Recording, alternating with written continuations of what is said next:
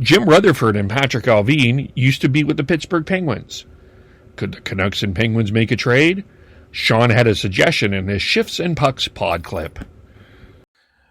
And then moving on, there's on Saturday night, Elliot Friedman on the 32 Thoughts intermission mentioned that the Canucks are interested in John Marino from the Pittsburgh Penguins.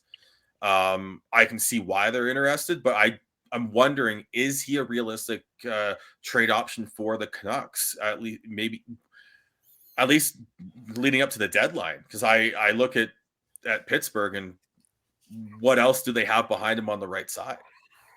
For me, it wouldn't make sense as a deadline deal for the Penguins. They might consider it in the offseason once they're no longer hunting for that potential last cup for Sid. But yeah, as a pre-deadline deal, it just doesn't make sense for the Penguins as much as he would be a good get for the Canucks. Yeah, unless you're exchanging defensemen, but then that kind of defeats the point of the deal, doesn't it? Though I saw some scuttlebutt today that maybe Tyler Myers is getting some talk. Maybe that's part of it. And then you are moving out a shorter term deal with Tyler Myers for a longer term deal in John Marino, because he's signed at 4.4 for another 5 years after this. 5 years, whoa! Whereas Myers only has 2 years left at 6, right? Yeah.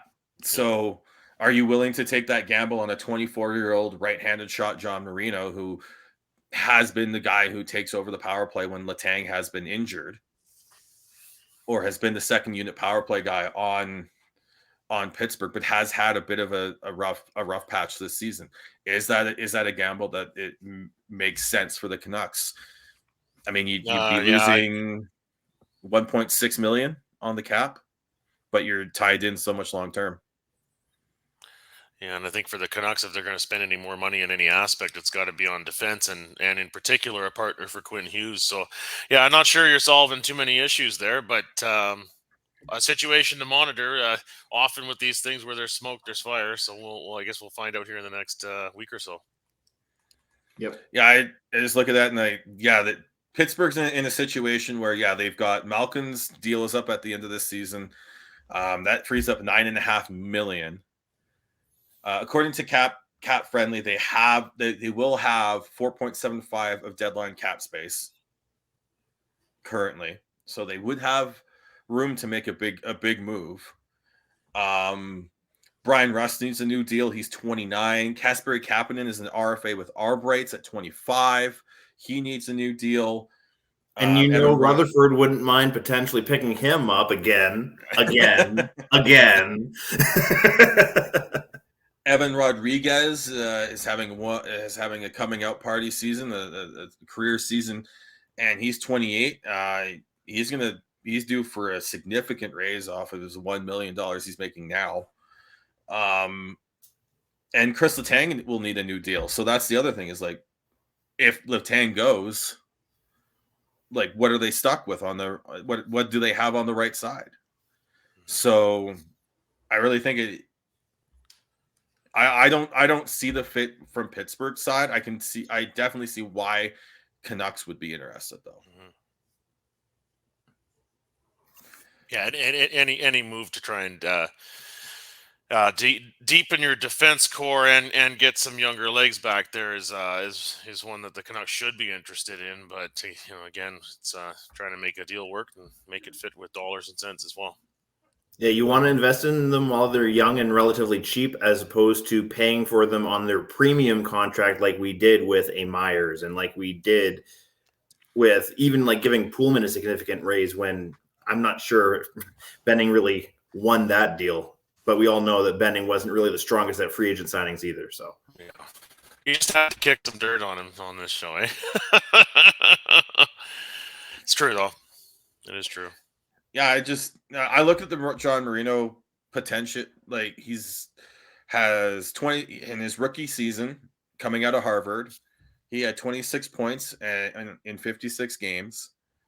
Then he put up 13 points in 52 games last season. And he's got 19 points in 60 games this season with only one goal.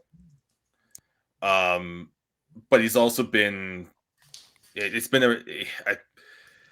I look at that and I go, is he worth that long-term deal? I can understand why you would want that. There is upside there. It's a risky deal, but maybe that's something that the Canucks need to be making, is some sort of risky gamble here, that maybe try and downgrade on. Well, just because if Tyler Myers isn't within that deal, say it's a winger D package going either way. So it'd be like a Boeser and Myers for Marino and Kapanen type deal. I'm not saying that that's exactly what the trade would be. I bet you there'd be picks going either way to try and even it out. But that would really open up some cap room for the Canucks, because Kapanen wouldn't be getting nearly as much as Boeser, and you lose $1.6 million on the cap for John Marino. And could John Marino be just as effective as a Tyler Myers? Who would say yes? Who would say no? Tell us on Facebook.com. Who would say yes? Who would say no? Follow us on Twitter, Shifts and Pucks, Facebook.com, Shifts and Pucks, YouTube.com, Shifts and Pucks, Twitch.com, Shifts and Pucks, and on the Area 51 Sports Network, and wherever you get your podcasts.